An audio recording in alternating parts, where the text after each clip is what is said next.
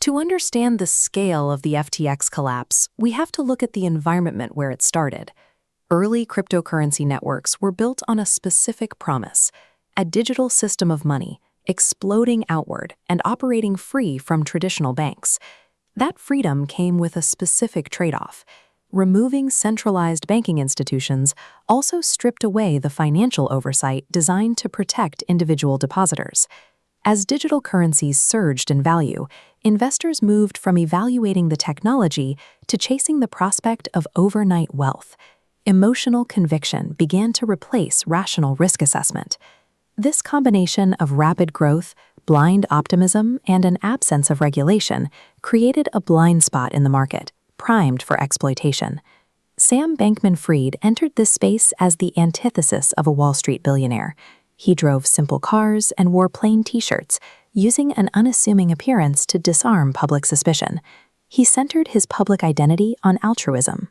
By constantly speaking about his desire to save the world, he built a level of trust that bypassed typical financial skepticism.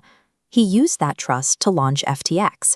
The platform was marketed as a fast, secure, and innovative exchange where everyday Americans could grow their savings.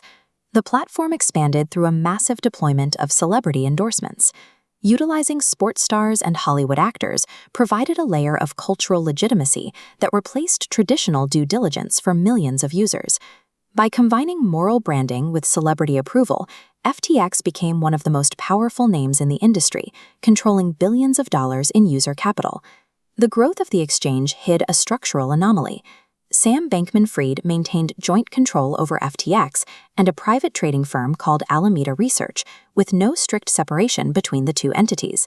This diagram shows the public image FTX maintained, a secure vault for customer deposits, protected from private trading.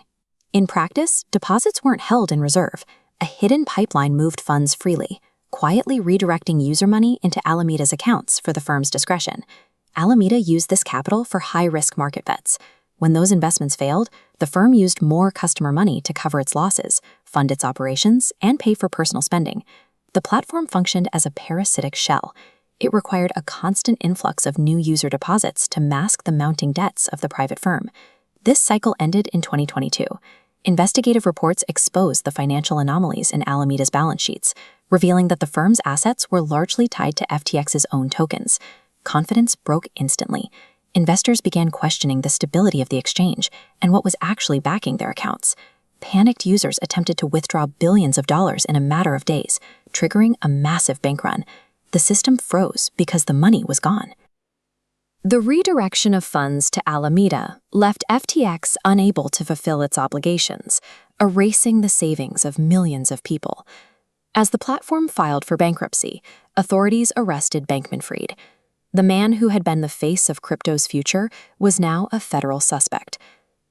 This collapse was the end of a multi-billion-dollar illusion. It dissolved the moment the public asked to see the assets they were told were safe. The fallout destabilized the entire crypto market.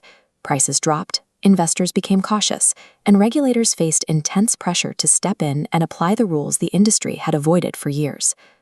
While the technology was novel, the tactics mirrored historic frauds like Bernie Madoff.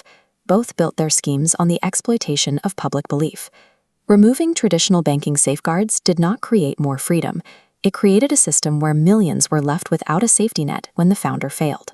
Eliminating regulatory friction removes the guardrails that protect the vulnerable. Without those protections, user capital becomes a tool for unchecked greed. To avoid the next FTX, investors must move past founder mythologies and focus on specific structural requirements. First, demand transparent proof of reserves. Ensure customer assets are backed one-to-one through independent audits. Second, verify absolute entity separation, with firewalls preventing affiliated leverage. Finally, ignore celebrity endorsements. Safety is determined by regulatory compliance. Human psychology remains vulnerable to trust. And somewhere right now, a new system is being built that will challenge these same principles once again.